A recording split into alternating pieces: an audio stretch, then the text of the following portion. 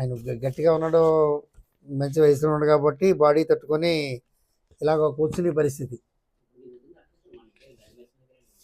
గండిమైసం దగ్గరేనా? ఎక్కడ గండిమైసం?